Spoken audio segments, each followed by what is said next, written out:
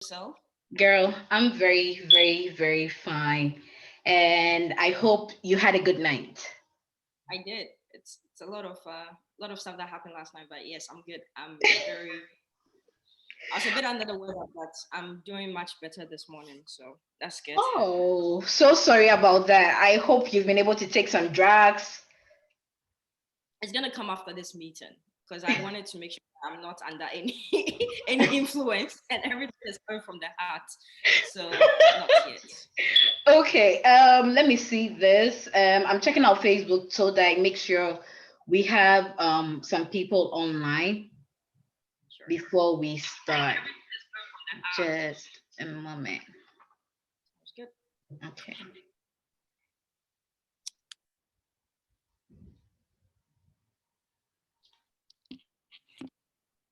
just check this.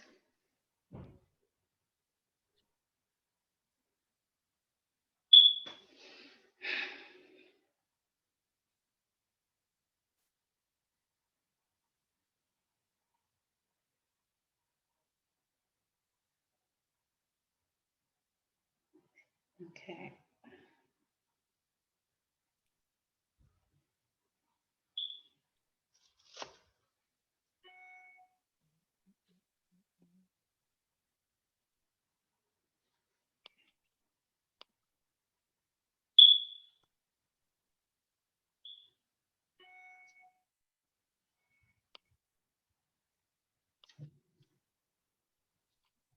Just a second. You're fine. You're fine. You're fine. You're fine. You're fine.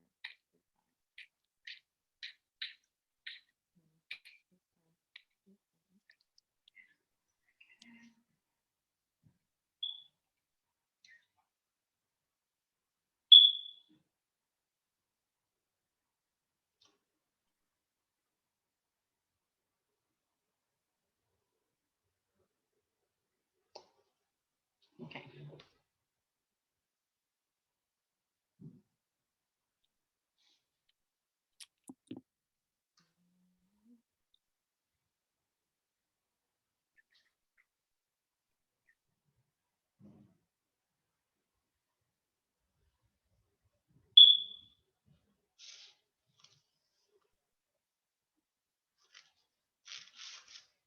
Okay. I think we can begin.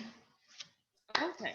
Yes. Let's So once again, let me just welcome our audience that have been able to join us on Facebook.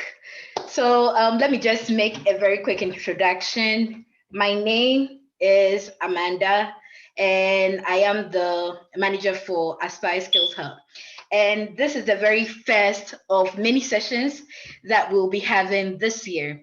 This year, we are looking more on career development and skills training. So we'll be having very resource people like Ama join us and talk to us about how to develop ourselves, both career wise, even our education. So just so you know, Aspire Skills Hub is not just um, we just do not focus on the education aspect or the scholarship aspect, but we try to give you just a holistic perspective when it comes to your life. So, education, career development, and skills training. So, once again, Amma, thank you so much for joining us this of course, afternoon. of course, of course. Happy to be here. It's a privilege. Like Thank it's not you. every single time. Really, like it's not every time that someone trusts you enough to bring you on a platform to talk to people, right? Like there's got to be some trust over there, and for me, that's like you trust what I do, you trust my work, you trust my experience. So Mhm. happy to be here. Really. Thank you so much. And also, thank you to those watching us live on Facebook. Just so you know, if you have any questions for Amma, she's here for you. Please feel free to ask her as many questions as you would want her to answer. Just feel free and ask her all the questions, and she will be very happy to Yeah, answer those questions. So, of Amma, are we course. ready to go? Yes, let's do this. Ready? Okay. So let's just begin with your profile. Tell us about you. What do you do? Your educational background, your family. Just an overview. So that's a very good question. Who am I? I mean, I'm Ghanaian, as obvious as it is for my name. Born and raised in Ghana, came to the United States for college. Actually went to a school called Liberty University, hated it, and then transferred to George Mason, loved it. Spent a bunch of time kind of doing studying abroad. Came back, my final semester, graduated. I did economics, by the way. I started with pre-law, and then I went to political science, and I ended up with economics. Graduated, went back home to Ghana, did a bit of the family business. Very boring, just not my style. I thought it was too manly, to be honest. I came back to the US for my master's in business at Northwestern University. Shortly after that, I went to Nestle USA. So if you're familiar with, Nido, Milo, whatever, those Carnation milk, all the Nestle products. I think they even do Maggi as well. I think Maggi is very popular. So that's the company I worked with, but I worked on the American side of the business. So I worked on frozen food. I did about a year, lived in Cleveland, hated it. It was like, at that time, LeBron James was there, so I could tolerate Cleveland. But after he left, it was pretty bad. And plus, I didn't like the work environment. Most people were much older than me. They were like granddads and grandmas for me. Honestly, no offense, but they were much older, way older than I was. Moved to Jersey, worked for a smaller startup food company called Pinnacle Foods. It was much more vibrant. I lived in Jersey. New York was just right there. So it was really like turn state. I had a couple of friends close by too, so it was pretty fun. And then I'll go into more details later, but then Microsoft came into my life, and I basically moved to Microsoft about 3 years ago. And family-wise, yeah, I just got married last December. Congratulations. Thank you. I just got married, so please don't ask me if I'm single. I'm taken in the chat. But yes, I just got married to my best friend, and my everything. So yeah, it's good to be here, and that's primarily really been my journey. I've just been married for a month, so career-wise, marriage and career-wise, I'm yet to really kind of balance the two now and see how that goes. But, yeah. Wow, I think from what you said so far, it seems like you've really had such a journey with regards to your career. And if you do not mind sharing, why did you move from like one career to the other? Was it like the lack of passion? Was it the job was not motivating you enough? What was it? If you can share. That's a very good point. So the first one I had worked with was the family business. If you know transportation business in Ghana, you know that it's very manly. It's spare parts and tires and working with drivers, and it's very manly. And I'm not saying this like females cannot do a transport business. They absolutely can. For me, it just felt like there was a bit of some knowledge about buses and stuff like that which I never really identified with. So for me, it was a no-brainer that I'm not staying in Ghana to do any of this stuff. When I started working at Nestle, there were two things that actually motivated me to leave Nestle. One was the location. I wasn't a fan of Cleveland. Cleveland is like, it's a little town. Well, people think it's big. I think it's little. It's a little town in the Midwest, somewhere that people even know Akron more than Cleveland because of LeBron James, right? Mm-hmm. But it was not a diverse city. It was pretty cheap though, honestly. If I was still living in Cleveland, I probably would have been saving more money because it was much cheaper. So completely good from there. But it wasn't diverse. It was much skewed towards much older people. It was 100%, I would say it's an exaggeration, but I think it was skewed more towards family at that time. So people with like family and kids, and most people were natives of Cleveland. In terms of the work-wise, I loved my team, actually. I loved my team because I was also on the biggest team at Nestle, for Nestle USA, which was Stouffer's, which was actually a 3 billion brand in the US, believe it or not. Like, Americans eat a lot of frozen food. So it was a privilege actually to be thrown onto the biggest brand, because that means you get more money to spend on advertising and all those things. I was in marketing, in case I didn't mention that. I was in brand management. But it got to a point where for me, the location was really affecting me. And then two, I started not really enjoying what I was doing, really. Like I thought, man, I could really move to when we think of marketing, like more of the brand and advertising and all that kind of stuff. But for me, what I was doing was more of product launches, and I really didn't enjoy that. I started figuring out what I liked in marketing. I figured out what I didn't like in marketing versus what I liked. And when I figured that I couldn't really compromise on those part of it, I was like, yeah, let me just move. And then when I moved to Pinnacle, I could do more of the advertising. And that one too, I ended up doing, Duncan Hines, which was also the biggest brand. It's so interesting. I always move to the biggest brand for some reason. Yes, it's called Grace. But yeah, I moved to Duncan Hines as well. That I was doing a lot of advertising. That one was pretty fun actually. Doing TV commercials and stuff like that. And then Microsoft called. Now the thing is, if you're at Pinnacle, and at that time I was actually supposed to go to Unilever, but I didn't. Because I don't want to burn bridges, because that industry is very small. So if you try to move like to a competitor, people move around easily. But then when Microsoft called, it's like a dream. I mean, come on, I love tech. I don't think I'm tech savvy, but I think I know just about enough to use tech. Yeah. And when Microsoft, I mean, who doesn't know Excel, PowerPoint?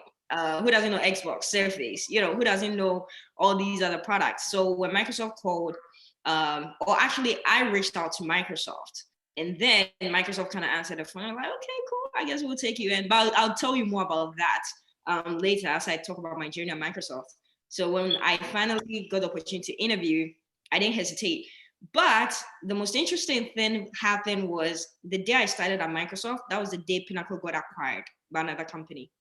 So exactly, I dodged a bullet, because I would have basically been bought out, or like even sometimes you get axed out of the company. Like they, another company buys you and then they change their workforce. They, sack some people, or they bring you to their main headquarters.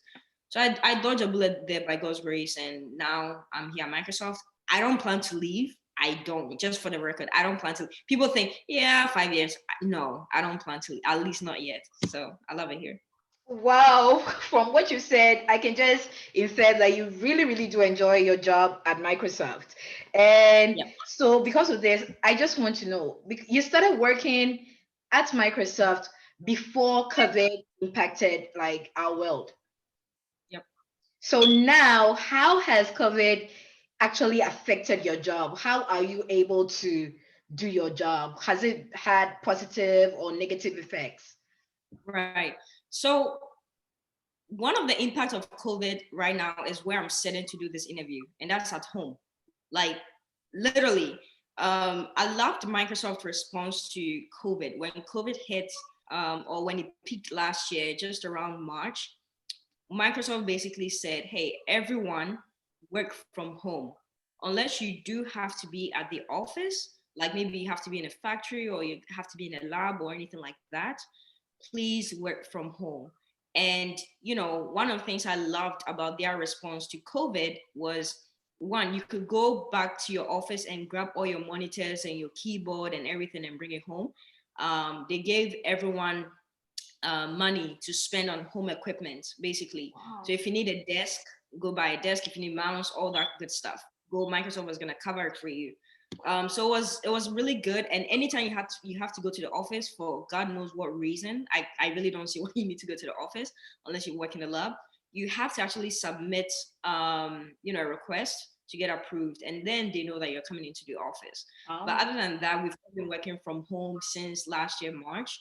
I've had mixed feelings about it. When it first started, working from home was difficult because it was hard. I mean, come on, we're human beings. We love social interaction.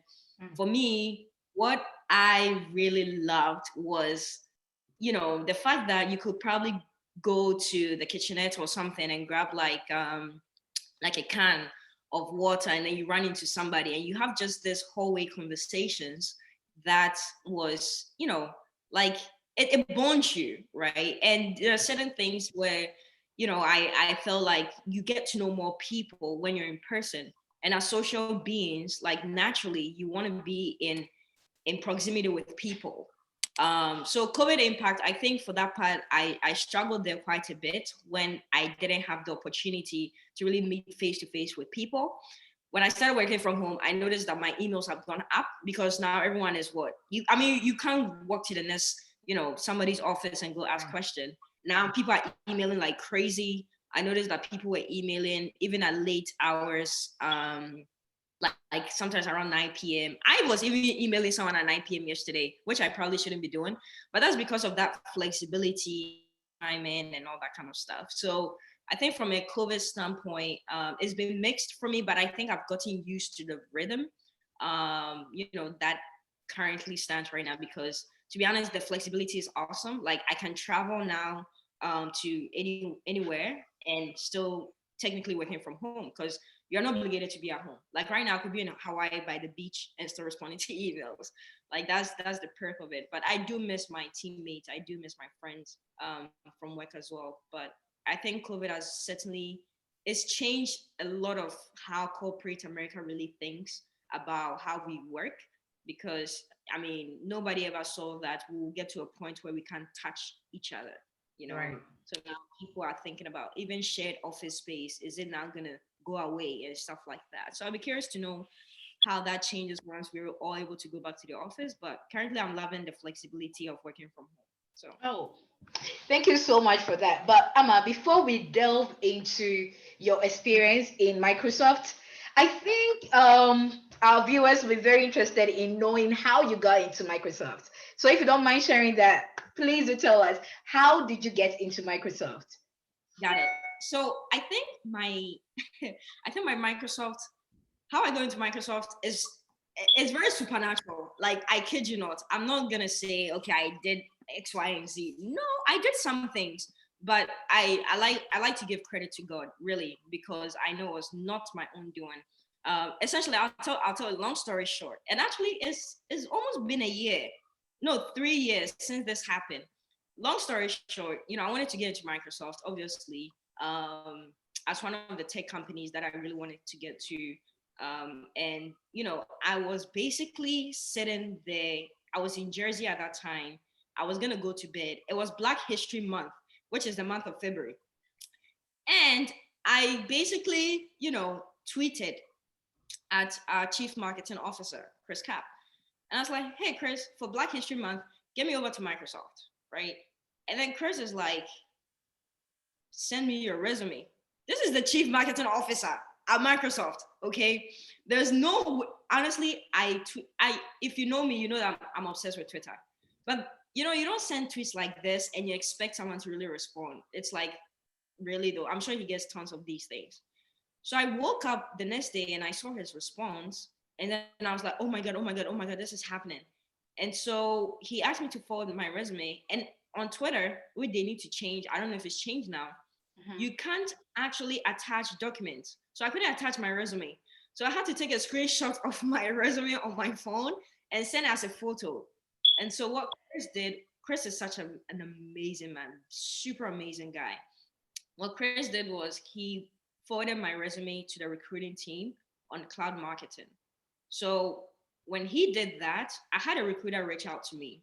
And what happened was the recruiter kept basically pairing me up with different hiring managers to talk to them. So it's not like as soon as I reached out to Chris, Chris was like, okay, here you go. This is a job for you. No, at every point in time, I had to do the work. I had to research the roles that I really liked. And the good thing about mine experience was I didn't necessarily just go for one job. The hiring managers were talking to me and figuring out what my needs are and all that kind of stuff. And there were like three of them I spoke to where I was like, nah, this is not for me. No matter how desperate, quote unquote, I was to get into Microsoft, I didn't want to just jump at the first opportunity. I had to make sure that the right opportunity was good for me. So I waited, and then my current role, which I've been in for the last 3 years, popped up. And I saw it, I was like, I actually want to do this product marketing piece of it. Like, I love this role. I spoke to the hiring manager, I loved him. And then, I had to go through the interview loop. So it's not like Chris forwarded my resume, all of a sudden you have a job. I had to interview with like 5 different people. So I had to prove that I was actually qualified for the job to actually get to Microsoft. And so I went through that interview loop. By God's grace, I would never forget. I actually got the offer on my birthday because they called me on my birthday. And I got the job and I've been here since. So that's been my journey, really. And I say it's supernatural because I'm like, I mean, some of these things, yeah, really, it takes God really to kind of open some of these doors for you because it's not a very conventional approach. Usually is, yeah, I think there's a supernatural that pushes some of these things through. Wow. So, Wow. yeah. Wow. This is very fascinating. And I like what you said about the fact that you didn't just settle just because you needed or you were desperate for a job. You still waited, Yep. to get the one that suit what your experience or your skill. So that was very, very nice hearing about that. So Amma, I just want to know, since you've been in Microsoft for the past 3 years, what has been your experience working in one of the biggest companies in the world, so to speak? What has been your experience in Microsoft? Oh my goodness, I love Microsoft, and it's so interesting though because when I joined, I didn't know what to expect. I mean, I've never been in tech, right? I've used tech products, but I've never been in a setting where you're actually behind the product. My business group, I focus more on the B2B. So B2B is like businesses selling to businesses. So we sell to companies in my business group. So I'm not on Xbox. So when people ask me about, yeah, when is the next Xbox coming up? I don't know, honestly. Like usually people ask me these questions, I'm like, no, that's not my area of focus. And usually we tend to find out at the same time anyway as everybody else, unless it's super critical. Um, but yeah, it's just been nothing short of amazing. But I think it's been less of the group that I'm in and more of the manager and the team that I'm on. Like, I love my manager. Like he's like my dad, really. I call my dad, I call my white dad actually, which I shouldn't be saying because it sounds very racist. But I call my dad here because we have such an amazing relationship. He's someone I can go to anytime that I want, very open, very honest, gives the right level of feedback that you need, where it's not like feedback for feedback purposes, but feedback to really help you improve. So my experience at Microsoft honestly has primarily been because of my manager and my team. I have a fantastic like set of teammates that I work with day-to-day basis, and they're just so much fun. Like we're like a tight-knit family. So anytime people ask about my experience about Microsoft, it all boils down to my manager and my team, because I know people who also work at Microsoft and they've had it tough, really. And they're probably on some of the coolest products you could ever think of. Products that you use every day, maybe on Office or something like that, you're using PowerPoint but they still struggle. They still have a tough time within their teams. But it all boils down to who you work with, honestly, because you could be at Microsoft, you could be making $100 million. If you hate your manager and your team, trust me, you'll never be happy. So my experience at Microsoft really has been because of those two factors, my Mm. team and my manager.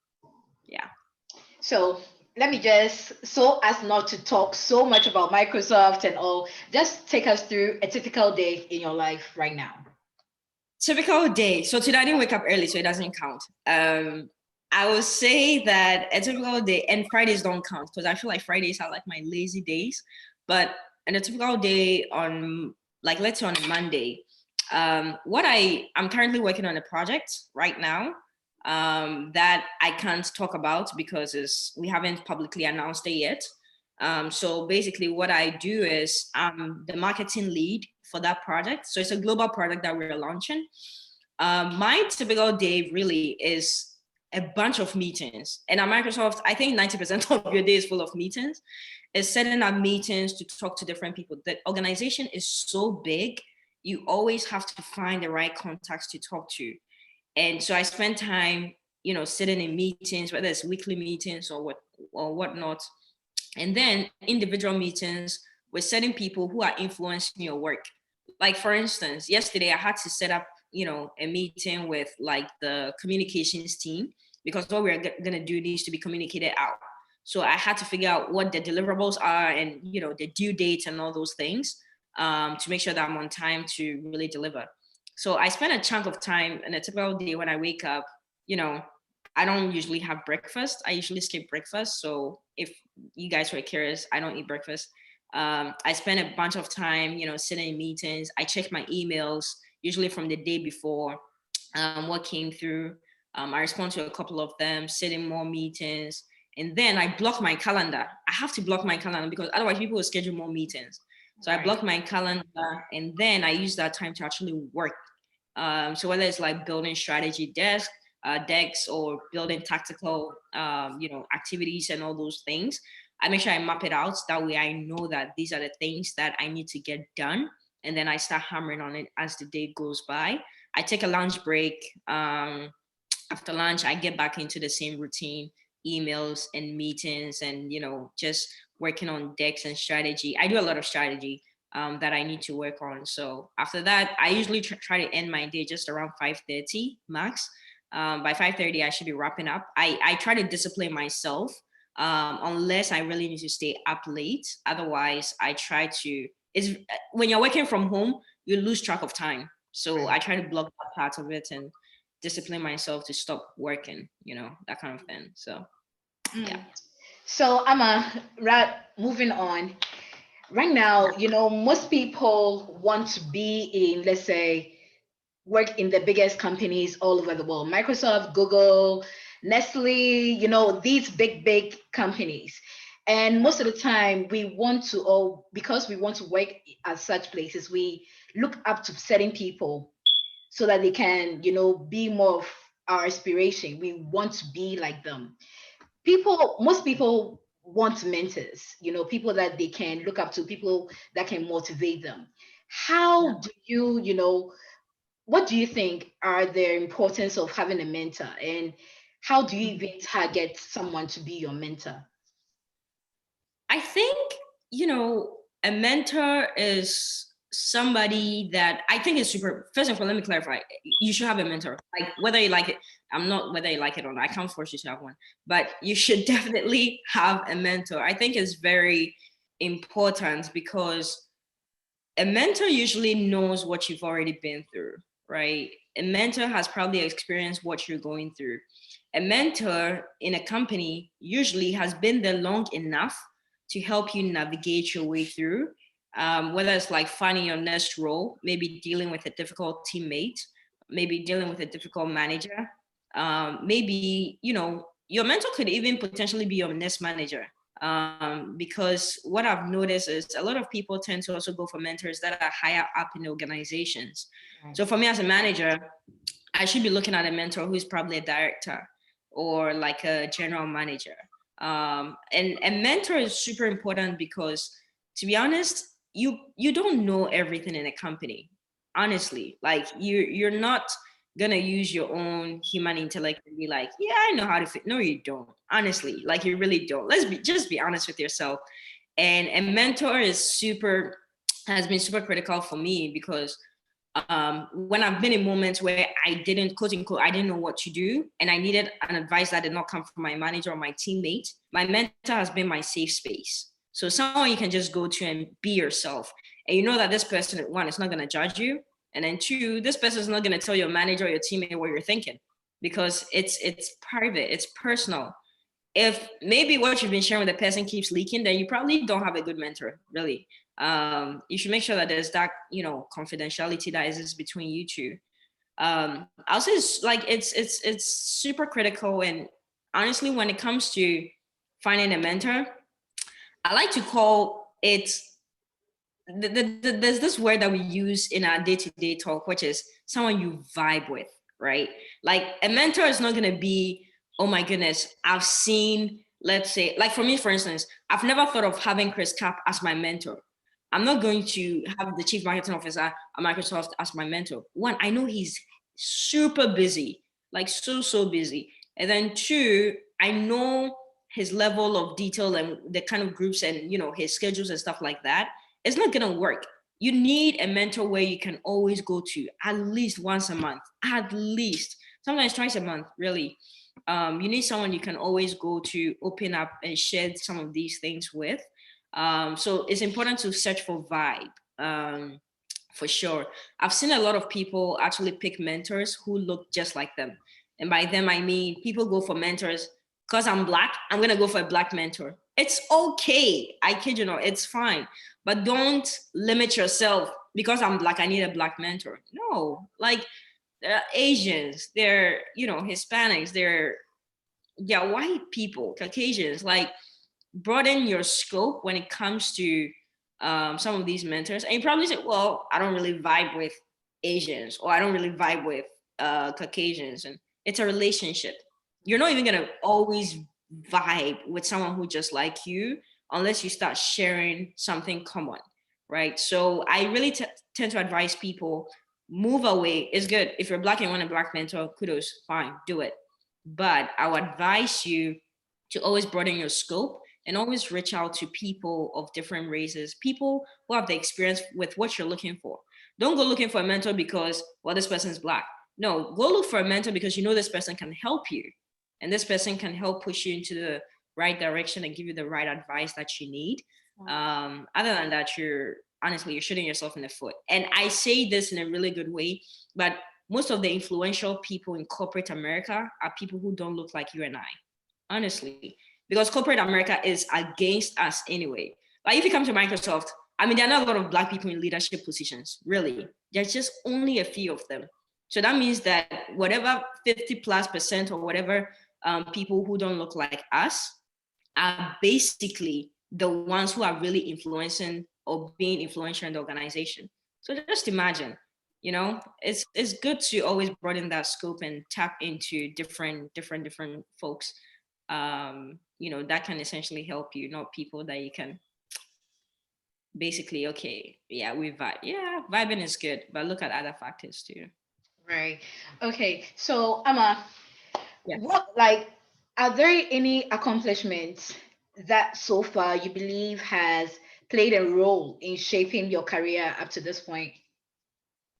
I think the accomplishment that I think has really helped with is, stuff around hitting your target. Like once you start doing something and you start winning, it feels good. Okay. Like at Nestle, I remember I launched this product, actually many products actually. I launched about, I think, 4. Was it 4 or 3? I can't even remember the number. It's been so long. But yeah, I launched those products, and it's so nice when you see your stuff on shelf. Honestly, I was seeing my products on shelf. So you walk into a grocery store, whether it's Walmart, Kroger, Safeway, whatever. You walk in and you see your product, and you look at it, and you're like, "This is my work." So that hard work, seeing your hard work on the shelf, it kind of spurs you on. It kind of motivates you. It pushes you. It makes you want to go for more. So at Pinnacle, I think I did about 6 or something. And I was there for about 8 months, which is ridiculous, like to actually do something like this in that short period of time. So seeing past deliverables, like things that you've been able to hit because maybe your manager said, hey, this year, this is what I want you to focus on. Anytime you do your job, and you have to always do your job well. You're hired and you're being paid for a reason. Do your job and do it well. Because when you do that, it motivates you. So for me, I would say that the accomplishments have primarily been every single place that I've been, just being able to hit the target, being able to do what I've been asked to do. That alone is motivation enough. So for me, I look at accomplishments as the task I've been able to complete. And it's not just completing the task, it's also about showing business impact. Like, the current projects that we're currently working on was a very tough decision, but I basically went to my manager by God's grace and I said, listen, this is I think the direction that the business needs right now. And my manager was like, great, let's do it. That was it. And now we're doing it and we're almost there at the finish line. Wow. So you always have to also think about it from a business standpoint. What is going to help Microsoft? What is going to move the needle for Microsoft? And do what that will actually, it is good for you and it's even better for the company. as well. So those are the things I would say has certainly helped. Wow. I think I don't know about those who are watching, but even for me sitting here, I'm really learning a lot. And I just want to say again to those who are watching, if you have any questions for Ama, kindly type it in the chat. And after this session, I'll be happy to read the questions to her. So Ama, moving on. Yeah. You've spoken about the good parts, at least some of it. Now talk to us about some of the challenges you faced working in corporate America. Man, corporate America is brutal. It's brutal. Corporate America, like, oh my God, I almost spoke cheap. Corporate America, corporate America will squeeze you. You know, you think, especially when you go to school, usually people start working in corporate America after they're done with school, right? Like, okay, we go to our masters, blah blah. Maybe in school you were top of your class. You know, in school you were like everyone's favorite. Corporate America, nobody cares about you. Nobody cares about you. They only care about what you do. And what you do, not necessarily what you do for them, how it impacts them. That's what they care about. And I learned this in a terrible way because I remember when I first started at Nestle, like I'll go to meetings and I'm like, but people are supposed to do their job. People don't see it as they're supposed to do their job. They're seeing it as, how can you help me do my job? So anytime maybe you needed something, they shift your deliverables in order of priority. They can put it somewhere because they don't see it as, your work is that important to me. And the one thing I've learned about corporate America is you'll be forced to build friendships. Well, not friendship, I'll say relationships, because friendship is to, yeah, it's an oversell. You're forced to build relationships with people. Corporate America will force you to talk to someone. Corporate America will force you to bond with someone. Corporate America will force you to ask about somebody how their day went, even when you don't care about how their day went. Corporate America will actually push you to go ask someone how their weekend was. Because for them, when you ask about their weekend, it's like you show that you care. And I mean this in a very genuine way. You have to be genuine about it. But corporate America made me grow this, just being more empathetic towards people, because if you miss out on that and people feel like, well, I don't have any relationship with you, I don't care. Anytime you ask them to do something which affects your work, oh, they shift it all the way to the bottom. Because it's not that important. The person doesn't know you, the person doesn't have any relationship with you. Why should they care? So corporate is brutal. It's very brutal in terms of one, getting your work done and how fast you get it done. And then two, corporate America, this is, I'm sure you guys have heard it over and over again. Corporate America is brutal to Black people. I am sorry, but that's the truth. If you know you're Black, always pray before you go to work, because the forces are against you. I was reading somewhere, I think it was a research about people who tend to face biases at work. Black people, women, um, younger folks, people who are not married, people who are short, like all those factors. Anytime any of those qualities, you're naturally attracting bias. And when I say bias, it means you could be passed down for a promotion. Like someone can basically you're qualified to be promoted, but because of certain biases that's already been formed against you, you don't get that promotion that you're looking for. Corporate, like corporate is brutal. It's very brutal. If you don't find, and this is where mentors and sponsors and all those people come into place, because they are going to be the ones to help you navigate some of these storms. Pretty sure, like, you'd be thinking like, man, I should have gotten this promotion, blah blah blah blah blah blah, and they try to justify why you were not promoted, but deep down you know that, nah, I should have been promoted. I've had people who've gone through that experiences, and I hear that, and I'm like, yeah, it's just the bias kicking in. So corporate America, brace yourself. That's life. It's like the survival of the fittest. It doesn't mean go be like a jerk towards somebody or anything like that just because you want to come on top, but you have to, you're forced to, quote unquote, like, be strong in some way. There are days where I've had moments where I've had a rough day at work and I had to go to the bathroom, cry it out wipe my tears, and reset. Because it's the life, someone will upset you. Even in our own friendships, in our own family, we offend each other. So how much more people you don't know that you have nothing to do except work? Um, so it's a pretty brutal place to be, but I can guarantee you that it strengthens you. Like I remember, I remember when I started working and I went back home to Ghana. My mom was like, quoting tree, like, "Hey, when you saw her shoe, it's like you become tough all of a sudden because the environment forces you to be tough, and you have no other choice than to be tough." Because that's the only way you're gonna survive. But honestly, I believe by God's grace and everything, there are certain things I tend to call a favor. Like God will favor you through it all, and you wouldn't have to do the most, quote unquote, to really prove yourself. God will be with you through that. So Okay, so I think we have some questions, and let me just ask you some of these questions before we go on. So I believe the very first question that I have here is from Kwame Frimpong, and he's asking, is Microsoft a good company for minorities? And for those of us who want to work there, how will you suggest we go about it?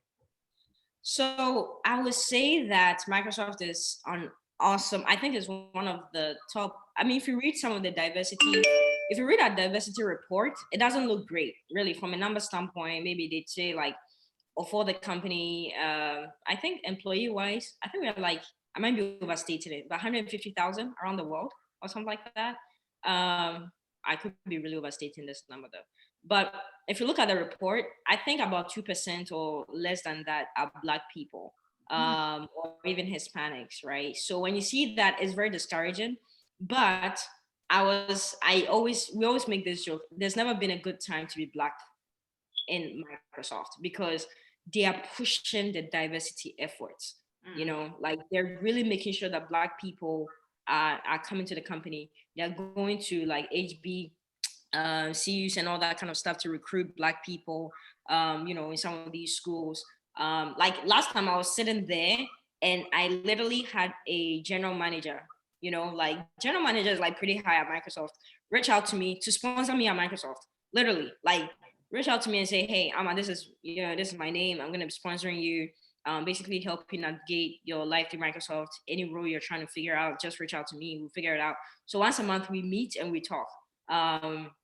But yeah, I will definitely say that from a minority standpoint, it's doing better. Like Microsoft certainly put in a lot of effort to be more diverse, and not just diverse though, but also inclusive, because hiring more Black people is easy, but once you get in, you should definitely have a seat at the table, right? It's not just, okay, I'm here now, nobody likes me. No, they're also making there's so many diversity programs. I've done a lot of diversity talks at Microsoft. I've done a lot of like inclusion talks at Microsoft. They always give me the platform, anytime we have to do like a video or something like that, somebody reaches out, "Hey, I want you part," like they want you to feel part of it. And so the advice that I think, Kwame, you're asking, like, how does someone go about getting into Microsoft it's basically two things. First and foremost, I've noticed that a lot of people tend to apply online, which is like fine, you can do that, but I can tell you, I think they get over, maybe one application they can get over like 2,000 people apply for one job. I kid you not. And I've also learned that even the referral system, because we are so many people at Microsoft and everyone is also referring, it also becomes the same job application system now. Like it's seriously flawed, and that's something that they need to work on. But what I've noticed is anytime you see a particular, usually directors are hiring managers at Microsoft. Maybe a director or maybe a principal person is usually the one hiring for the position. So make use of LinkedIn. LinkedIn is super awesome. Like me, for instance, if someone gives me their resume, probably what I'll do is refer them and then I'll send their resume to the hiring manager and be like, "Hey, this person's interested in your position." Some hiring managers don't even respond to me. They just ignore the message. But some hiring managers will actually respond and be like, tell the person to go apply, which is the same thing. But if you go directly to, let's say, like maybe there's a director hiring, and you go talk to somebody who's a GM on LinkedIn. I mean, you the director, can you say you didn't listen to the GM? Like, you'd be forced to listen. It's called hierarchy for a reason, you know, and people respect that. I mean, nothing intended, but you really think if Chris is like Chris Cap, can you really say that Chris Cap is forwarding a resume, you're not gonna look at it? You know, that kind of thing. So in as much as it feels wrong and everything, people should all be respected on the same level. The truth is, people really don't.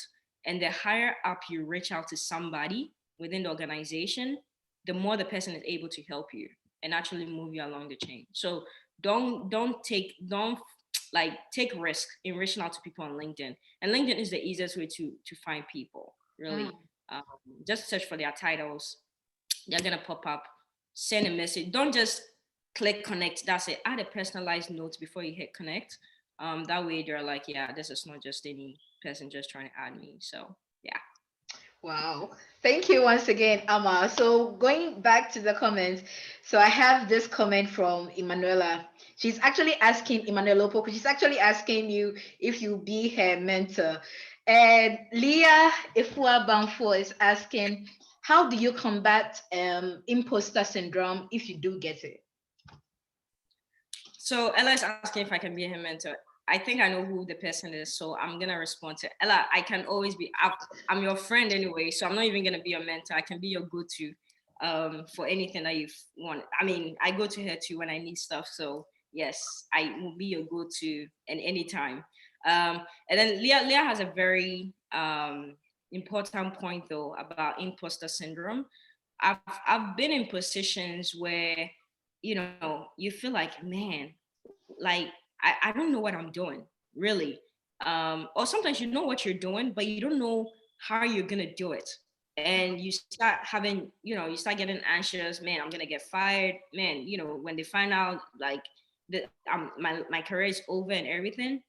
One of the things I've learned in terms of overcoming imposter syndrome, by the way, in case you don't know what imposter syndrome is essentially feeling like you it's more like a state of mind where you feel like you could be found out, that you're not good enough. You feel like you're not good enough, and somebody will eventually find out, and they'll probably think that, yeah, you don't know what you're doing and all that kind of stuff. But for me, it comes with positive affirmations, for myself, telling myself that I can do this. I was hired for a reason. There's a reason why I'm in this position and all that kind of stuff. And talk to people. For me, one of the prior to that, but my current, obviously, my husband right now is he's so good with words. Like, he can talk you to anything. And moments when I feel, very, I don't feel like myself. I feel like, man, this is tough. I can't do this. Man, they're gonna feel like I'm not doing well enough. Like, he reassures you. So find somebody who is very genuine, who knows you well, to really speak genuine words to you and to really encourage you. That way you don't feel like man, I'm gonna get caught, right? Find a strong support system, people who can encourage you, say the words of affirmation to yourself. And sometimes imposter syndrome also comes with completing little tasks, because sometimes the syndrome is coming from something that we tend to see. Man, this is a huge project that I can't figure out. But start completing the little task at hand, and the more you do that, the more wins you get, the more your confidence builds. And the more your confidence builds, the more you overcome that imposter syndrome, if that makes sense. Thank you so much, Ama. So I think you've already addressed this question, but I would ask again. This from Sadiq. He said, I heard corporate America is a bit biased towards people of color. I don't know if you've already addressed It is. Long story short, it is. Yep, you're screwed. Yeah. And this question is from Solomon Kusi. He's asking, is MBA still sought after in corporate America? So one thing I'll say about MBAs really is, if you're it's when try to aim for the top 20 schools when it comes to the MBA programs. Like people just a lot of honestly, and this is where the bias comes in. Like a lot of companies, especially like the top companies like Microsoft, Facebook, like they go to the Harvards, the Stanfords, the Columbias, the Cornells, the University of Pennsylvania's of the world to really go recruit. There's a bias. Even as human beings, when we see someone went to Harvard, all of a sudden we see them in a different light. Hey, this person went to Harvard. Hey, this person went to Harvard. Hey, this person went to Cornell. Ivy League. Human beings, you are showing bias. How much more corporate America, where they need to also show that they have top people coming to them. So I'll say that MBAs is certainly still sought after. My only advice is always try and aim for the top 20 best schools in America, unless you don't care about what company you work for and there's the degree that you want. If the degree that's what you want and you don't really care about maybe going to work for a Fortune 500 company, then that's fine. And I've also seen a lot of top companies also moving away from going to Ivy Leagues as well, and trying to get a mix. Like they'll try and go to, let's say, Howard University, or some other, like, let's say, what are some of the other schools, like Chinook or something like that. Like they go to different areas now because they realize that it's not always the smart people that are going to Ivy Leagues. Like there are really some underdogs in some of these companies. So it all depends. If you know that you're gonna go the Ivy League route, know that your path to a Fortune 500 company is much easier. But if you're gonna go towards the other route, which is, hey, this is the school I could get into to get my MBA, just network. Fine, like I said, that's the part where talking to people in higher positions comes into play, because you have to do extra really to really get to where somebody who went to Harvard, I mean, his name already speaks for himself, right? So you have to put in more of the effort to network. And plus, if you go to places like Harvard and Cornell and all those things, a lot of the people in the class, their network is like ridiculous. Like you could be sitting next to like a CEO's son. I remember at Northwestern, I used to sit next to I used to sit next to a lot of like top G's and their kids and everything. I mean, if you're in a class with them, you don't respect them because I mean, come on. These are people you see on a regular, but these people form a network, and most of them, they probably end up going to work back with their parents and stuff like that, and they are totally fine. So yeah, if you want an easier path, I would say, yeah, definitely aim for top schools, for sure. But if you're gonna go the other route, then know that you're gonna put in the extra work to actually network more, and it might take just a bit longer to get there. Mm. Okay, thank you for that. So the next question is from Kelvin, and he's asking, for those of us still in school, are there anything you would suggest we do to boost our chances of getting in, which I think is corporate America? So I think whilst you're in school, try and get internship on your resume as much as you can. I don't go. I'm not a big fan of unpaid internships though. I really am not. If maybe someone is offering you an unpaid internship and you have financial needs and something like that, honestly, don't take it. I'm not a fan of it. But I would say that do side projects whilst you're in school. Let's say you want to, I don't know. Let's say you're trying to get into Facebook or something, right? I would probably say that maybe there's something about Facebook that you like. Maybe you want to improve the UX of Facebook and, put it as part of your portfolio, build like a portfolio of some sort. That way it's always a reference point. I know so many individuals who have their own websites. Like maybe in my case, it would be amakusi.com. And then there's like a whole portfolio of things that I'm building. It's enough. You don't always have to go to an internship if you can't find any, but build, just take on side projects, quote unquote, like things that people see and they're like, wow. I mean, be honest, even as human beings, when you see someone do something extra, you're like, oh my God, like, wow, like, yeah, it's like, yeah. So do that and take that, go that extra mile of also doing side things while you're in school, like things that are fun, things that people see and they have a wow moment, things that people see and they're like, oh, this is super cool. It drives conversation, I would say. So always do that. Right. Thank you. Let me move on to the next question. Okay, so this from Alfred Davis, and Okay, I would have asked you this later on, but let me ask. He said, can you please help us to use LinkedIn effectively? Or how can we use LinkedIn effectively? Are there any tips you would like to share with us? So first and foremost, just have a good profile picture for LinkedIn. Is the first thing people see. I need to do a better job at it because my profile picture is a selfie. But if you could like get a photographer, a professional photographer, and have them take a professional photo of you, for LinkedIn, please do that. It's called packaging. It's a first impression you get to get a better picture. Make sure that you fill your profile well. Like there are some people, they fill some part, they leave some part, they fill education, they leave this part and all that kind of stuff. Make sure that your profile is completed as well. Make sure that you're connecting with people within your field. Make sure that you're getting on LinkedIn, you can get endorsements. So you can ask your friends for endorsement who can speak to your work. Make sure that if you're looking for a job, there's something called you turn it on LinkedIn where you can actually turn on so that recruiters will see that you're looking for a job. They also have one called Open for Work. You can also turn that on. But I'll say the basics of LinkedIn is one, getting a good picture, two, making sure that your profile is completed. And it's not looking like raggedy or anything like that. Like if I see it, I should see that, well, this person is human being, not a robot or a bot. And then three, it's also super important to connect with people. Some people have a LinkedIn and they have 5 connections. Some people have LinkedIn, they have 10 connections. Like if people see that, generally they don't see that you're active on there.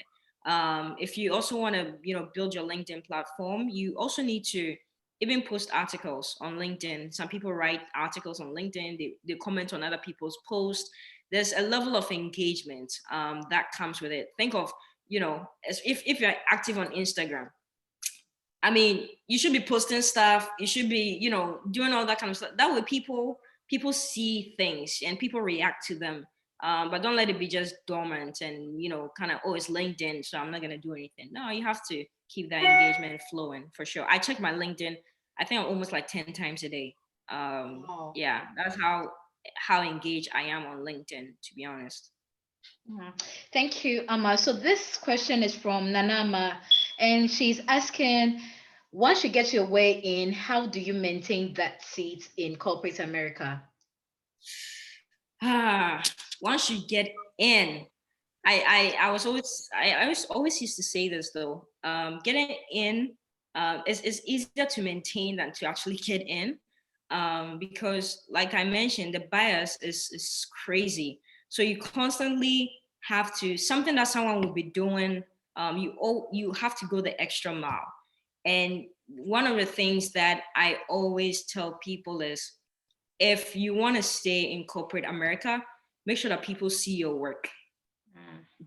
Make sure that people actually know that you are the one doing that work. And it sounds really like, I don't want to brag, blah, blah, blah, but that's not true.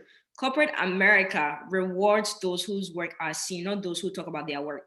So you can talk about your work and say, I did this, I did this. If nobody actually saw you do it, they don't even give you the credit for it. And always make sure that the work, that the projects that you're taking on, and these are kind of honest conversations you should have with your manager, is anytime you take on a project, just make sure that they're high visibility projects. And when I say high visibility project, it means that projects that a director can see, a general manager can see, a CVP can see. Like by God's grace, the project that I'm currently working on, I had to present to our corporate vice president on Monday. That's visibility right there. Even if she doesn't know my name, she knows my work. And once it's out there, it's good for you. People talk about it. People are like, hey, Ama did that. Hey, Ama is the one leading this project. A CVP knows that you're leading this project. That alone, no one can actually stand somewhere and be like, well, we don't know who she is. No, you saw me present. And usually in these type of executive meetings, there are so many people that attend, because different people are also presenting, and that gives you a lot of visibility. And the more you do that, the more you continue to do that, the more impact you make in the organization, the more people see your work, and the more that you get more points to actually navigate through, for sure. Thank you so much, Ama. So, okay, this on the side, and let me just, it's actually a compliment to you. So let me just read that. This Sure. from Antonia, and she said, I got to know you when you came to her madam's shop to do your makeup for your wedding shoot.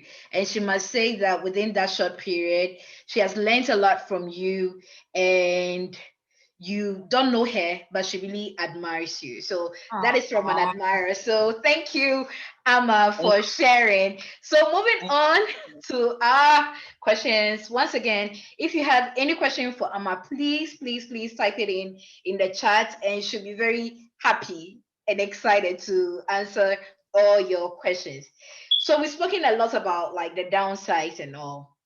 I would Yep. like to know, what are the perks in working for corporate America? What do you enjoy? And please do not be humble about this. Just share as much as possible so that we can be motivated. What are the perks of working in corporate America? So I think, I mean, by God's grace, I've been able to work. All my experiences has been with Fortune 500 companies, which is nice. So the name is called branding.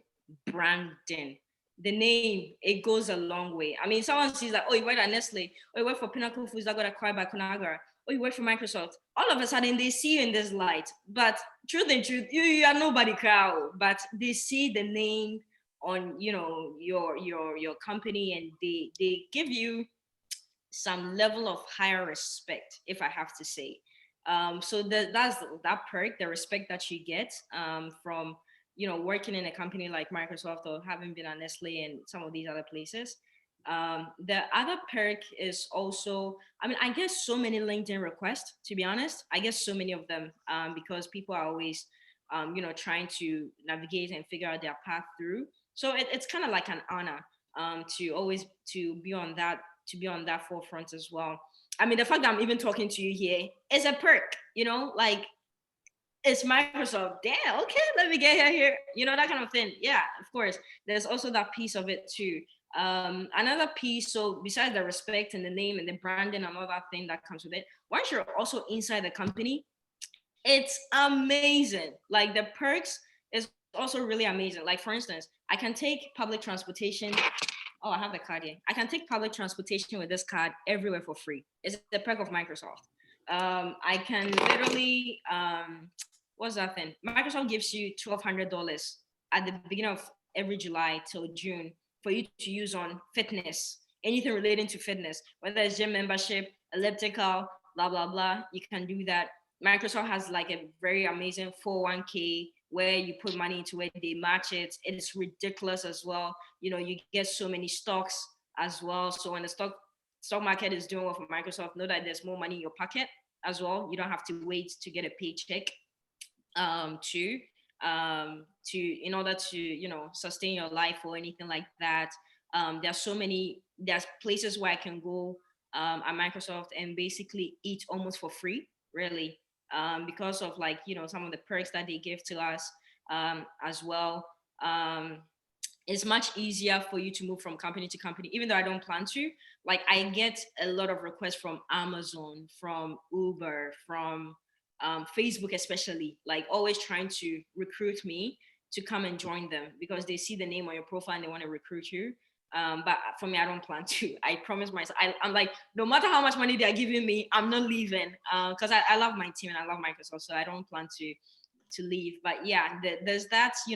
Obviously your salary is awesome. Me, I have expensive taste, so the salary must match my taste as well, which I'm really enjoying too, by God's grace. So the salary, the stocks, the perks that you get for even being at the company, the recognition. People look at you in a different way, especially if you're black and you're in like corporate America. It's like you're a unicorn, like you're so different. They're like, how did you do it? And it's I always say it's only by God's grace, really. That's how you're able to get there. But the perks are ridiculous. Like once you get in there, you're like, oh my goodness, like this is awesome. Like if it wasn't for Microsoft, I probably wouldn't. I met people like Will Smith. I've met people like Arla Hamilton. I've met like a Grammy Award actress because of Microsoft. I actually presented an award to her. What else? Um, a Starbucks CEO comes, Bill Gates comes. Like you meet all these influential people because you're there. But now that we don't do in person and we're all working from home, I kind of miss those things. But before, when we used to meet, I mean, they used to invite celebrities to come all the time. There's like year-end parties that you can go to. That is all for free. You can do like yacht, like you're sitting on a yacht and you're partying. It's all free. Like, I mean, life is pretty good. So I cannot complain. It's pretty awesome, and I give God the glory to everything that He provides. So yeah, the perks there, trust me, is good. It is very good. It overshadows the tears that you go through when life is tough. So it's pretty neat. Yeah. Look, honestly, after this session, I think there's so much I have to do to better myself because I am learning a lot and I am so grateful that you took this time to just talk to us. Once again, if you have any questions, kindly type it in the chat and I'll read it to Ama. Emanuela is asking, how do you move from a contractor for a company to a permanent worker? Do you have any idea about this? So there are two ways to actually do that. I've seen, so the first way I've seen, which is much more common, is usually the company that you're contracting for actually hire you to become full time. I think usually when people are in a contracting position, they tend to, go through their, how do I call it, their middle person. So let's say if you're a contractor and let's say I'm just making this up here. Let's say I'm a marketer, but I have to go through I'm trying to think like an agency to actually contract for, let's say, Pepsi, right? Usually we tend to contractors tend to build relationships with people at the agency versus people at Pepsi. So if you're a contractor, and even though that you're going through someone to work for another person, make sure that you're also building relationships with those people at the job. So from if I'm contracting from Microsoft, I should make sure I'm building relationships for people at Microsoft because that's how it ends up becoming a full-time position. I know so many people at Microsoft who used to work at contractors, but they built so much deep relationships with other people that it's like, man, we've seen this person's work. Let's bring the person on board full time. The other way you can also do that is to just straight away just apply because you probably work with people already in the food in that area, so you already know them and you probably know about positions that are open as well.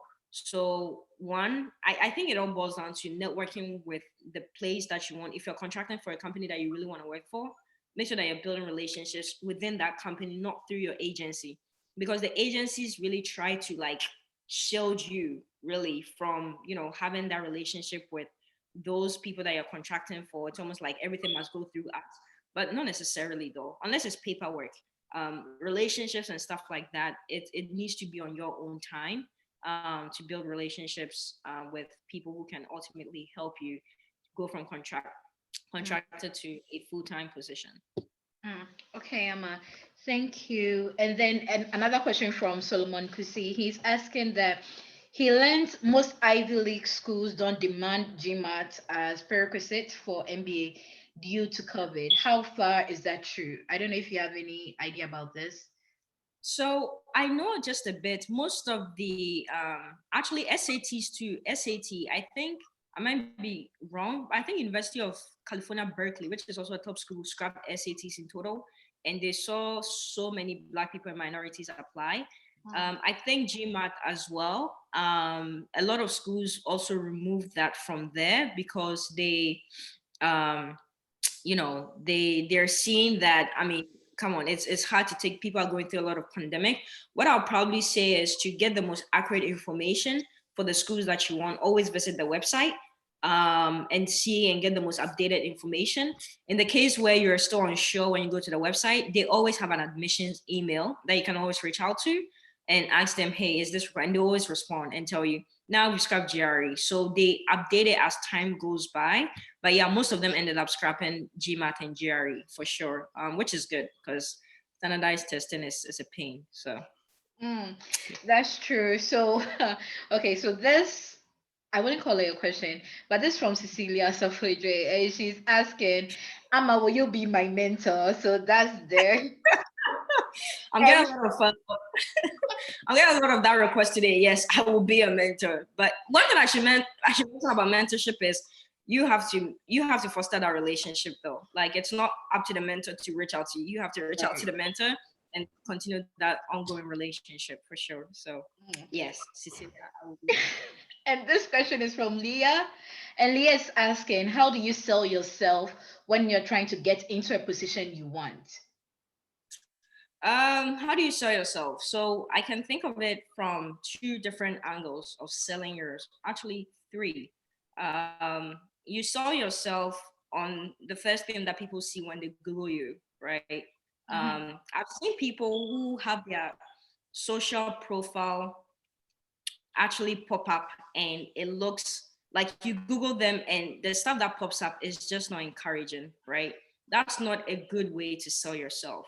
If you're gonna sell yourself, make sure that your social profile looks good because people look at these things. So in as much as we don't think they do, the other thing is, like your LinkedIn, make sure it's polished up as well. That alone can speak for itself.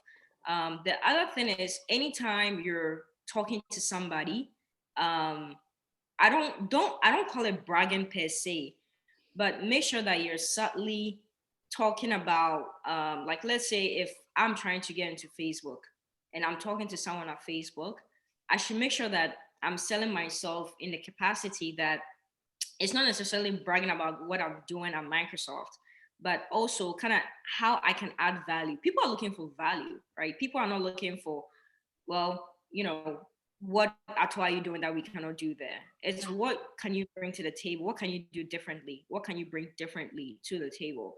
Um, they're not necessarily looking at what you can really do because honestly, there are so many people who are smarter than us in this world. Like anytime I sit in a room, I'm like, man, like people are smart, So it's not like people just know that you're smart. It's about what difference you really bring to them. So be in one thing I've also noticed is a lot of people like us, we shy away from talking about our work, the stuff that we've done. It's almost as if we're shy, especially if you're a Christian too. It's like I don't want to brag. I don't want to brag, or maybe they'll put something like humble brag or whatever. Like they don't want to sell themselves because it feels like they're too arrogant or something like that. There's a way to talk about what you've done without sounding like, like without you sounding really arrogant. Right. Is how you say it, and your choice of words, really. So learn to sell yourself without necessarily sounding like a braggart or anything like that. Like learn to sell your work without you coming across as, man, this person's an asshole, excuse my language. But yeah, there's a way to go about it without. But yeah, talk about your work with people who you think can influence your next role that you're looking at.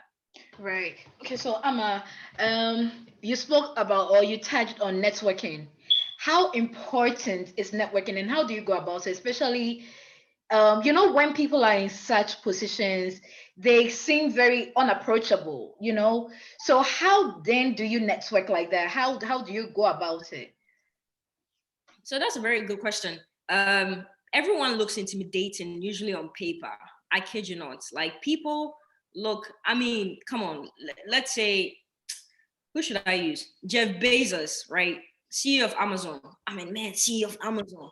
It's the way human beings, our minds, is how we see things, right? We tend to put people in a certain bucket that it's like, I dare not type of thing. Which I mean, you should sometimes know your place, but I think that the worst the I always say this, and I think it's a quote that's somewhere though. The answer is always no until you ask.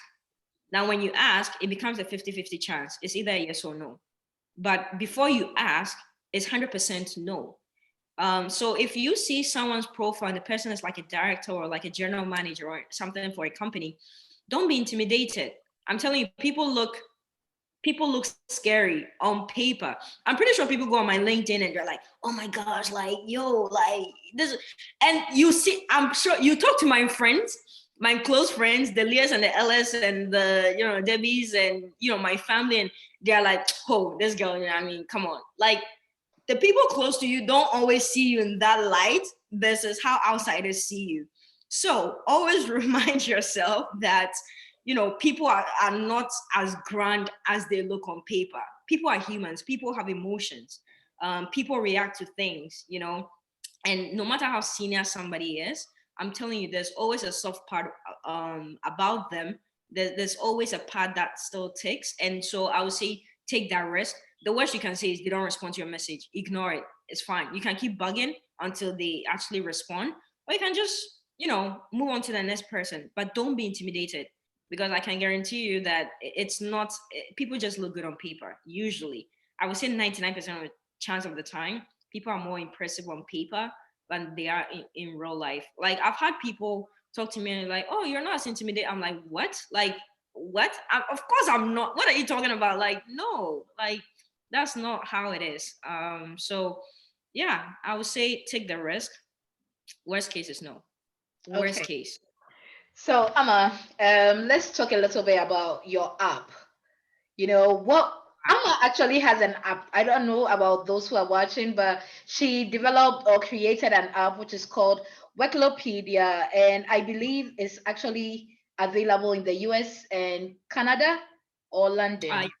North America. Yep. Okay, yes. So, Amma, what was the reason for this app? What motivated you to actually create this Wikilopedia app? So that's a very, oh my goodness. Yes, Wikipedia is coming back stronger this year though, by God's grace. But yeah, so Wikipedia, I actually created Wikipedia because I saw a need, right? And I think I mentioned it in some of the things that I was saying though. Wikipedia basically focuses on managers, teams, and compensation. And I basically identified those three things as the most important thing in anyone's career: who you work with, your team members, and how much you're making. See, the thing is, everyone wants to get to Microsoft, everyone wants to get to Facebook, everyone wants to get to Twitter, Google. It doesn't matter. But no one actually tells you, like, once you get in there, how to navigate around, right? So I created Wikipedia because I understood that it's very important. Actually, was motivated by my manager. I had such an awesome manager that for me, I just felt like people need to know about him. Mm. And anytime you're going to work with somebody, like, you work with your boss or anything like that, you would wish you knew someone who could tell you about the person you're going to work with. You want Right. to know the team that you're actually going to be working with as well. Like, these things are so important, because if not, you'll be miserable. Like, I was reading an article on LinkedIn yesterday about this Muslim girl who used to work at BlackRock, and she was sexually harassed. She was she felt very alienated when she worked at BlackRock, which is one of the biggest companies in finance, Mm. right? And but yeah, she went through that experience. I've seen so many people write articles, about the experience of Facebook, even Google, even Microsoft, where they felt like something had happened to them, and they really had nothing to share for it. And it's usually about their manager or their team. It's always about manager or team, nothing else. So I created this app really to help bridge the gap, to help people be successful at the company, so that you know what you're signing up for, and if that is what you want to sign up for. The compensation piece came up because I also wanted to address the part of salary gaps and stuff like that. I mean, come on, men make crazy amount of money than women, for the same level of position and everything. And what I noticed was most of the data companies around salary, whether it's Glassdoor or even LinkedIn, they tend to give you like a range, right? So you go there and it's like, okay, maybe product marketing manager at Microsoft, I'm supposed to be making, let's say, $5,000 to $10,000. But then you don't know, it doesn't give you information about years of experience. It doesn't give you information about the person's race. It doesn't give you information about, the person's degree and all that kind of stuff. Like, all these factors that affect salary, people don't know it. and they give you range, and I'm like, what am I supposed to do with this range? Obviously you want to be on a higher end. So Wikipedia really kind of like teases out important information. Like if someone is at Microsoft, if you go into the app, which we're still updating right now, and you search for, let's say, product marketing manager at Microsoft, what you should see is, it's anonymous, by the way. You see the person's anonymous ID. You're going to see the years of experience the person has, the years of experience the person has with the company. You're going to see the person's race as well. If the person is Black, Hispanic, all that good stuff. You're going to see the person's education, and you're going to see the exact amount of money the person makes too. It's not going to give you a range. It's going to give you the exact amount, and all these other things. That way you don't feel cheated. If a recruiter asks you, you have a data point to support you.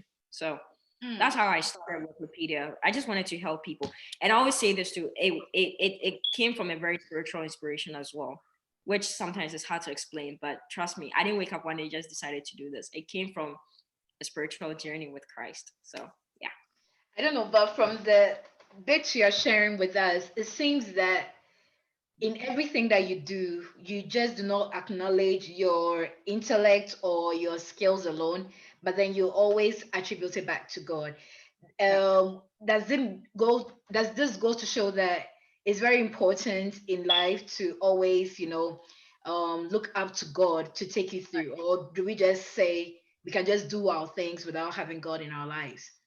Right. So I tend to, anytime I find myself in these kind of platforms, I sound so preachy, and it's hard for maybe someone who doesn't believe in God to relate, or someone who really maybe believes in God, but it's not really like, yeah, whatever, about God to really relate.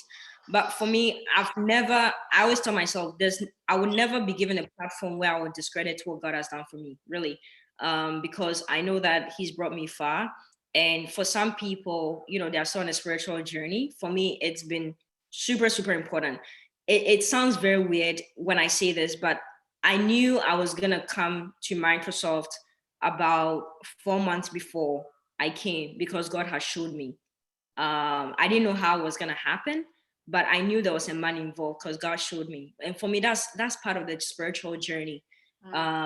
So for me, I always encourage people, hey, if maybe you're not in Christ or anything like that, go find that, really. If you're still, you're still unsure about where you are with Christ, go seek Him. I think it comes with benefit. We tend to think of God as like this person we can't see, who's like an abstract or that kind of stuff. But man, the guy really cares about little details of our lives. And I sound so preachy right now, but something I'm trying to get into this habit of even asking God, what should I eat?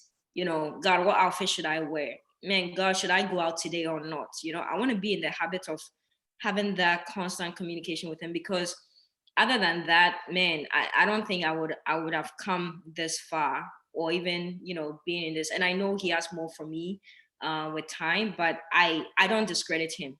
And I'll be lying if I say that I did X, Y, and Z without giving the credit, because I believe that there's also a push of grace and favor that comes with some of these things. And so I don't discredit it. And so I usually give people the heads up when they invite me to these things. I even told you, I'm like, hey, I'm going to give God the credit whether you like it or not. If you're uncomfortable with that, don't invite me to your platform. Like, right. It's as simple as that. So yeah, I always give Him that credit for, what He's done for me, for sure. Thank you so much, Ama. So is there anything you wish you knew or had done before joining Fortune 500 companies? Is there anything you wish you knew before joining these companies or working in corporate America? Man, I wish I was not that innocent. Like I corporate America, I always assume people had good intentions. Like, that kind of thing. Like, but the thing is, people are human beings. There'll be people with good intentions, people with terrible intentions, that kind of thing. So some of the things that I knew was, I wish I wasn't that naive in certain things, because I always saw the good in people. I always assumed that nobody's out to get you. I always assumed that people always want the best for you. The truth is, they're still humans, and they really don't want the best for you. Like I said, people don't really care about what you do. They care about what you do for them. And so the moment you kind of get into that mindset, I wish I knew that earlier on. Like, I really wish, like, getting to corporate America, I understood that it's not about my work as much as it is about how I'm gonna impact somebody else's work. For sure, because yeah, people are selfish. I kid you not. Naturally, people are selfish, and it's perfectly understandable. It's not okay, but it's understandable. So some of the things I wish I wasn't that naive, I guess, to think that, you know, everyone is trying to help you, and that's what they preach in corporate America. You have a strong support, everyone is here to help you, just, you know, we are all here to help. No, they're not. Are you kidding me? Like, everyone's trying to get hit bonuses, and they're trying to make money, and they're trying to get promotions and everything. You think they should be worried about how you are going to progress? Like, no chance. So it's good to kind of get into that realistic mode and say to yourself that not everyone is there to help me, and sometimes I got to help myself. Sometimes I got to push myself. But most importantly, I got to figure out how I can even help others. And that principle still works. You know, love your neighbor as yourself. You will learn that in corporate America, people might not believe in God, but they still want you to love them. They still want you to help them. They want you to push them to the next level. They want to make sure that they look good in front of CVPs. And I mean, sometimes I do presentations and I'm giving credit for people who didn't even do anything, because they have to feel good, you know, that kind of thing. So yeah, I really wish I knew that. I really wish I didn't think everyone was good, really, in corporate America. And people are still human beings in a setting of work. And you run into tough people. Like, you Wow. have moments where, you know, yeah, like, bruh, I don't want to be here. You have those moments. And that's where you have to remind yourself that you're still dealing with people, and you don't have to be naive about it, really. Mm. So Mm. yeah. We are about to wrap up. Please, if you have more questions, just type it in. I thought we're just going to spend an hour on this, but I It's think we are going on to almost 2 hours. So let me just ask the final question that I have here. Is corporate America as intimidating as it looks from the outside? Girl, it's not. Oh my goodness, it's not. It's not even not even close. You know, for me, most of the nerve-wracking moments I've had is when I have to do a presentation, and that's because it's like you want to make sure you say the right things and all that kind of stuff. But on a day-to-day basis, like, it really isn't as scary, honestly. It looks very intimidating. I think, especially when someone works in a top Fortune 500 company, is like, hey, this person, hey, like, hey, this person is working at Microsoft, and the person is doing this. No, you're actually hired for your skills. You're not hired to come and do science and wonders. Honestly, if you're a marketing professional, they hire you to do a marketing job. You're coming to do your marketing job. It's not something that's all of a sudden going to change because you're in corporate America. No, they actually, it's not intimidating. That's all I can say. It's a little bit overrated, honestly. Like, to some degree, it's a bit overstated. People tend to put it on a different pedestal, which they should, right? It makes sense because names carry a lot of weight, right? Mhm. But other than that, I don't think it's as intimidating as people make it seem. And I'm sure next time you talk to my husband, he'll probably say some of these things too, because yeah, he would tell you. Sometimes I'm like, do you even work? You know, that kind of thing. And sometimes he asks me like, do you even work? But yeah, we do. But it's all how people see it on the outside. But once you're inside, and you find the right support, and you're doing the right things, you're doing your job, and all that kind of stuff. Oh, it's not at all, at all, at all, at all, at all. Okay, so I think now I can just go on to the questions I have in the chat.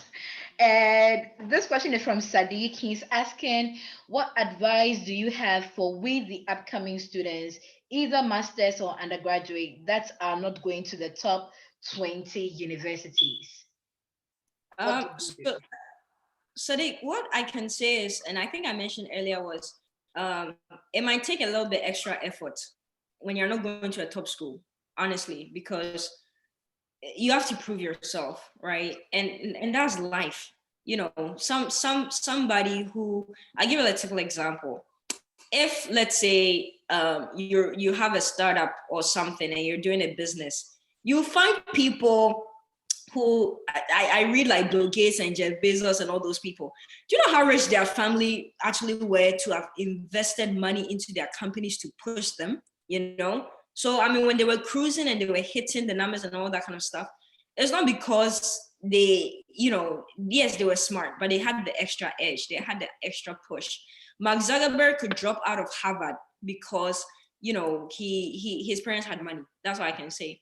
Bill Gates could drop out of school because he had an inheritance that was waiting for him with some millions of money. So that's the reality of life, right? Like, somebody who goes to Harvard or Cornell or Columbia or whatever already has a bit of an edge because of the name.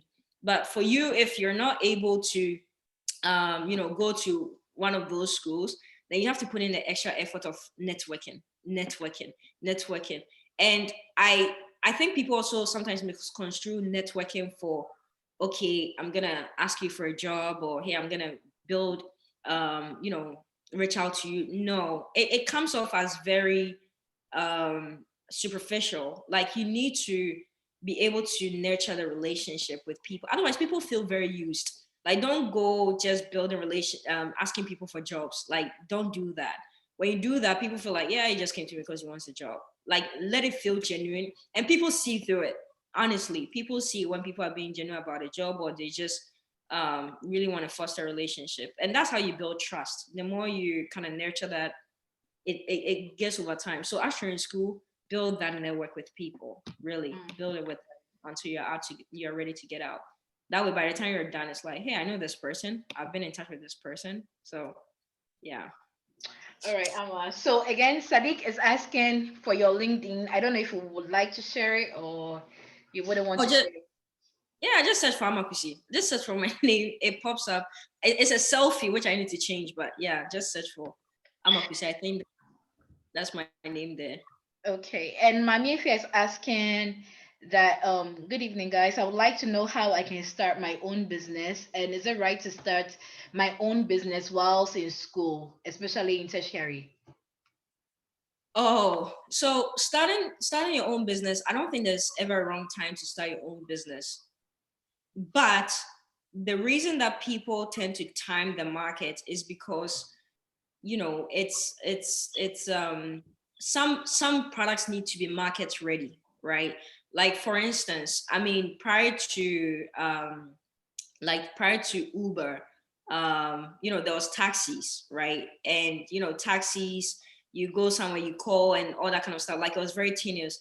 And then Uber came because of smartphones, right? So smartphones was basically, we had apps. You could actually engage on apps. There were like delivery services and whatnot. So the market was ready for a service like Uber. So anytime you're thinking about launching a product or like a business or whatever, make sure that it's market ready. In the context of Ghana, there's never something like market ready though. Ghana, that every time something is ready, because the market is so, I don't know how to describe it, but it's so congested, right? So many people are doing the same thing over and over again. So if you're in Ghana, then I'll probably say you don't need any market readiness unless what you're trying to do is very capital intensive. Then I'll say that yes, do your analysis and see how ready the market is for you. But if you're not in Ghana and maybe somewhere in the States or Canada or whatever, it's more about market readiness, to make sure that people will need your product at that given point in time. So Okay. And then another question from Sadiq. He's asking, as a marketer in America, is it good and does it pay well? so it depends. It depends. I mean, if you work for a Fortune 500 company, I'm sure it does. Really, it does. But there are different levels of marketing, though. There are like social media managers. There are like product marketing managers. There are like marketing communication managers. So there are different tiers of marketing, and so it all depends on two things. Actually, many factors, right? It depends on the company. It depends on the type of marketing. It depends on your years of experience. It depends on how long you've been at the company as well. So those things affect it. But overall, I mean, compared to engineering, I think engineers make more money than we do on the business side, which I can't even hate because their stuff is difficult. So Okay. yeah. And then okay, this question is from Akosia. She's saying, I'm learning a lot from this. Thank you guys for doing this. Amma, you inspire me. Any advice for anyone in healthcare? Man, I wish I could really speak more to healthcare, but I will be saying all the wrong things here. But all I can say is I have a lot of respect for people in healthcare, because it's, I mean, come on, man, you're dealing with sicknesses and, you know, human disease and understanding diseases and all that. It's tough. It's a really tough area. But one of the things that, if you're in healthcare, I always encourage, I never had the guts to do healthcare, anything healthcare related. But the good thing about being in healthcare is you can work anywhere, right? As long as you take the right exam, you can work anywhere. It's easy. You can be in Montana, you can be in Alabama, you can be in all these weird states and still, you know, be able to find a job easily because they're always in demand. Actually, the demand is less than the supply, so your salary also tends to go up as well. So if you're in healthcare, I encourage you stay there. I never had the guts to do it. If you like it and you want to help people, not just for the money, because really you need to be in a state of wanting to help people, I'll say stay there because your chance of finding jobs are pretty. I don't know for Ghana though, but I know for the in the United States, it's a pretty good place to be from a job search standpoint. Like, man, it's pretty good. Yeah. Okay, Abba. I'm trying to just get some last few questions and we wrap this up because you are not feeling so well and you took time to just be here for us. So we really appreciate the time. And again, I am so inspired right now. It's ridiculous. I'm very inspired. Where's the what?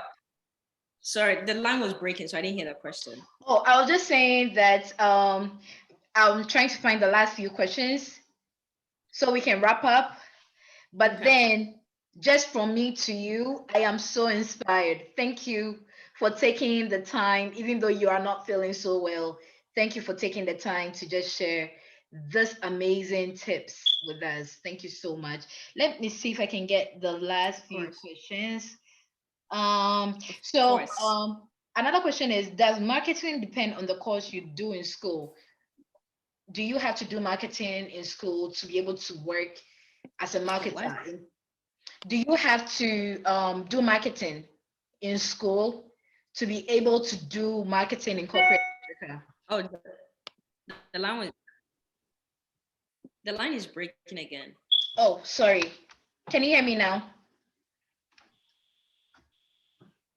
Is it better?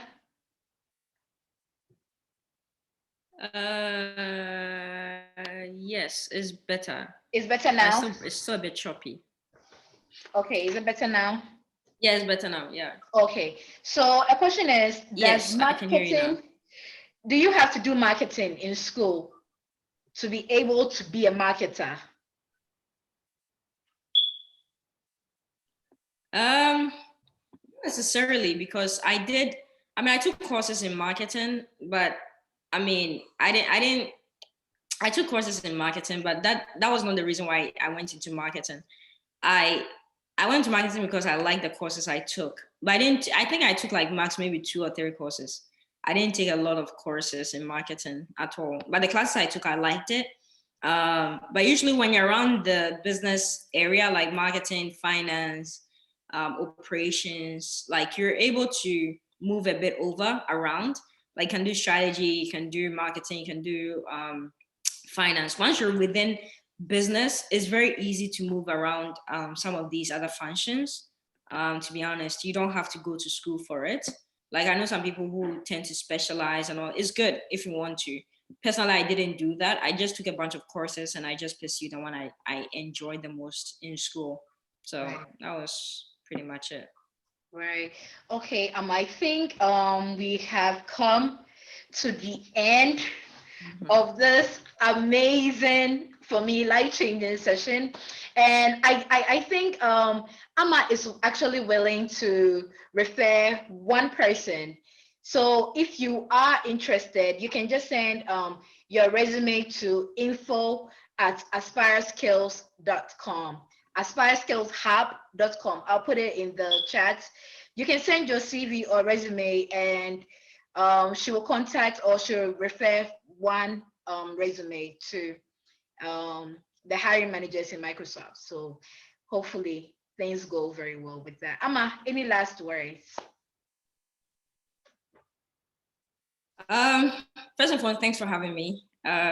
It's really an honor to be here and to just kind of chit chat from the comfort of our homes. It's nice to be here. But I just want to encourage all of you. You know, it's easy to admire people from a distance because you see them on paper, you see them on LinkedIn. It's pretty admirable, but never ever think to yourself that this is just too, like, I can't get there. You really can't, really. So I'm just encouraging all of you that never be intimidated that, man, this person did it. No, it's very possible for you to also get there too. So just, you know, keep doing what you're doing. Like I always say, keep God closer, you know, keep him much, much closer, and just figure out how you keep navigating life. It's all gonna work out. That's what I've learned. So yes. All right, so I think throughout this whole session, I've just had a very big smile on my face, because I've learned a lot. I've learned like so much, and I can see from the chat that you've really, really inspired a lot, and you are still inspiring a lot of people. So, Ama, thank you so much for your time. And ladies and gentlemen watching, this is not just a one-off session. We are looking at having these sessions every month so that we can look at your career development and skills training. We are looking at giving you the very best. So please, if you haven't already liked our page, please do like our page.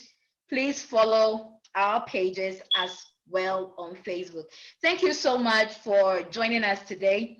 We are really, really grateful, and we hope you are able to join us, God willing, next month. And our next poster for our next session will be posted on our social media pages. Thank you so much.